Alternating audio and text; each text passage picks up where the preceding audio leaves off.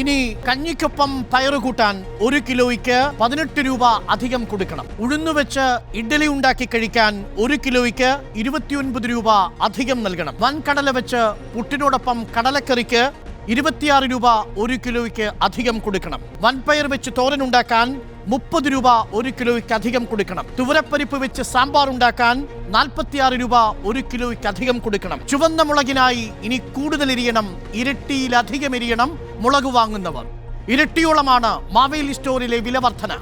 സാമ്പാറിലെ തുവരപ്പരിപ്പിനും കടലയ്ക്കും ഉഴുന്നിനുമടക്കം സബ്സിഡിയുള്ള അവശ്യവസ്തുക്കൾ പലതിനും വില കൂടും. മാവേലി നാട്ടിലെ സർക്കാർ എന്ന നിലയിൽ നിന്ന് മാവേലിയെ പറയിപ്പിക്കാൻ ഒരു സർക്കാർ എന്ന നിലയിലേക്കാണ് കാര്യങ്ങൾ.